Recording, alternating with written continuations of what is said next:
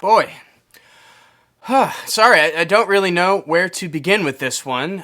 This review being for the second full-length studio album from the experimental hip-hop trio Injury Reserve. It's titled By the Time I Get to Phoenix, and it's one that's actually left me at a loss for words, which doesn't happen too often. But there is just a lot going on here. There is a lot to unpack on this release. So let's just get right into this. Drop a like if you like this sort of stuff, and if you're new to the channel, hit that subscribe button, and let's get right into this review. So one of the first things to mention about this project is it does have a lot surrounding the release of it, with one event being Groggs, a major core founding member of the trio, passed away sadly, and they kind of took a break after all of that happened, let the dust settle for a little bit, and now they're back on this new full length over here. And what's extremely noticeable right off the bat, if you've listened to their music in the past, is that their entire sound has been completely overhauled. And it's like stretched out to the extremity of experimentation for this group that's kind of like separated them from almost everybody else in the game right now. There is absolutely nothing on this project that rings through with a really clear, sleek sheen to it. The instrumentals sound absolutely hellish,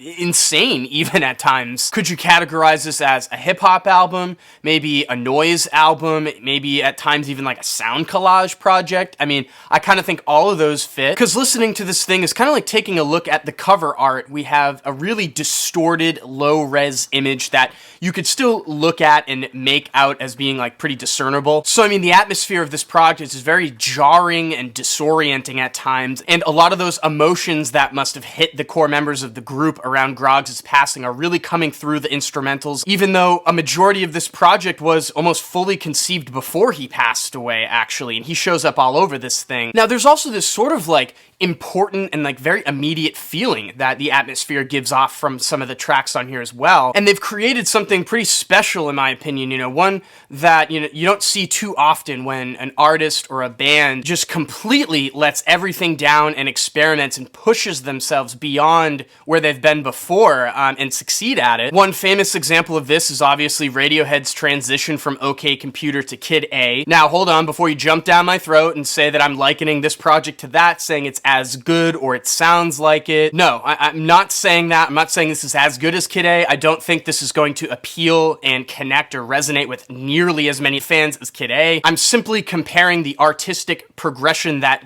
each group took for those releases. Now, as far as the sound of this project goes, I'm still having somewhat of a difficult time pinpointing how to describe what is going on here. And I think the closest terms that I could see are like alternative sound collage or even post-rap I've seen thrown out there. Shout out to Paige from Music Chads from Instagram. Don't want to steal your credit for that term. You were the first. Now, as I was saying before, there are hip-hop elements in here, there are noise elements in here, and there's also rock elements in here too, as the majority of the samples that they used on this project are taken from rock bands from like the late 80s into the early 90s, like The Fall. But then there are also contemporary acts on here, like Black Country New Road's debut album was sampled, and also Black Midi, I believe. Or at least, I'm not 100% sure if they sampled a Black Midi track, but I do know the drummer Morgan Simpson shows up on drums on a handful of these cuts, which is just really cool. It's definitely a treat for a music nerd like myself. Now, everything kicks off with the track Outside, and it settles you into the sound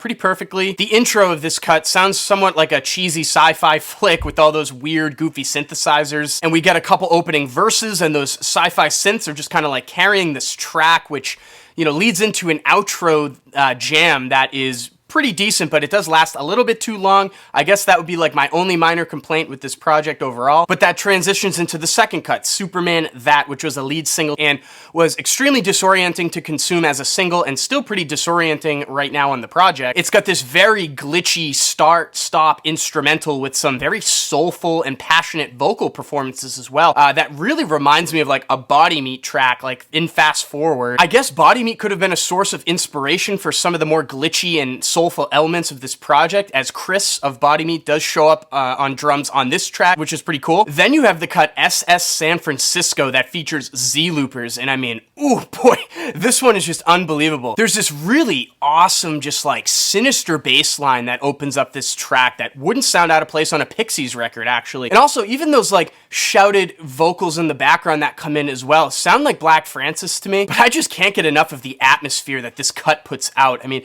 it's a little bit different different than all the other ones on the project and makes me feel like I'm placed into some mid-90s like action horror film, like From Dusk Till Dawn or like John Carpenter's Vampires. After this, however, we're transported into what I think is the darkest part of the project, right towards the middle. Starting with the track Footwork Into the Forest Fire. I mean, what the hell is this instrumental? The whole mix on this one is filled up with all of these stuttering drums and cymbals and what sounds like bells, and I'm not really sure what else. It's kind of hard to decipher. Groggs opens up this track with a pretty frantic verse that speaks a lot to living in the troubles of today's society with, mass panic. He references rioting a few times. He also references staying inside. The lyrics on this project can come off sort of cryptic at times, at least to me. So, I mean, it just adds like another haunting layer. Then we have Ground Zero, which has what is easily one of the freakish and doomy sounding hip-hop beats of the year. Those really ominous, like, descending chords that carry this track are just so sour. I mean,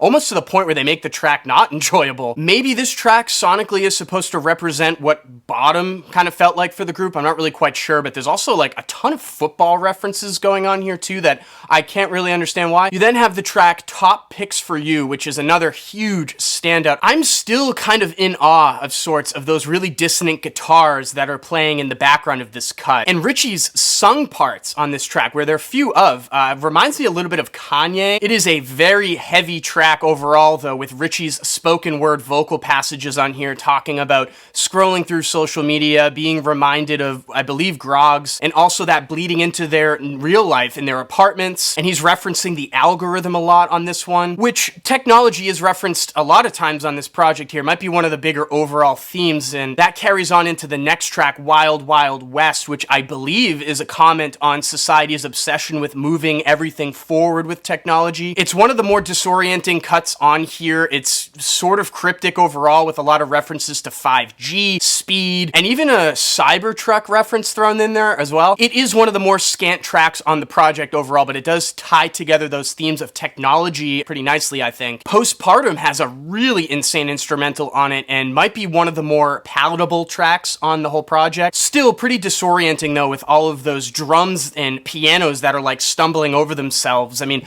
the whole track kind of feels and sounds like a blur of another track. It's just kind of like being smeared in front of you. Knees was also another lead single, and one that's grown on me a lot more now that I hear it in context of everything. The instrumental on this one just uncompromisingly builds tension and teases the listener throughout the entire thing. And Richie's vocals on this one do take the center stage, in my opinion, with a pretty nice hook that he sings, and overall just fits into this project so nicely. I mean, any of these tracks released as singles probably would have been as head-scratching as one another, though. And then you have the closer, which leaves everything off on somewhat of a hopeful note. Richie references a lot of things that have happened in his life, really breaking him down, and he also makes an emphasis to say that everybody has a breaking point eventually, but it almost feels like he's recognized that within himself and that he knows life will move on and he has to move on with it. At least that's how I interpreted the track a little bit, especially with those, really vibrant, deep-fried, like guitar chords that are laid underneath it that have a very kind of uplifting feel to them. I think it just kind of like matches that sentiment. But yeah, I mean, this album is just a lot to take in. Every single corner of this release is packed with detail and is worth listening for. I just continue to leave this project with each listen just unbelievably impressed by the amount of artistic risk that they took putting this thing out and just how much they've grown from just the last project. Because, I mean, if you played this album for me and didn't tell me who it was, I would not have guessed Injury Reserve. I probably would have thought it was some newer hip-hop act. Because, in my opinion, they succeeded at making something that does sound refreshing and new compared to a lot of other stuff that's out there in the hip-hop landscape. And, maybe outside of that intro dragging on just a teeny bit too long, I guess, I don't really have any complaints about this project overall, really. And with that being said, I'm feeling a 10 over here on By the Time I Get to Phoenix. So, for all you vinyl collectors out there, this did get 2 presses. There was a clear with black smoke, and there was also a standard black. I believe both were limited to 1,000.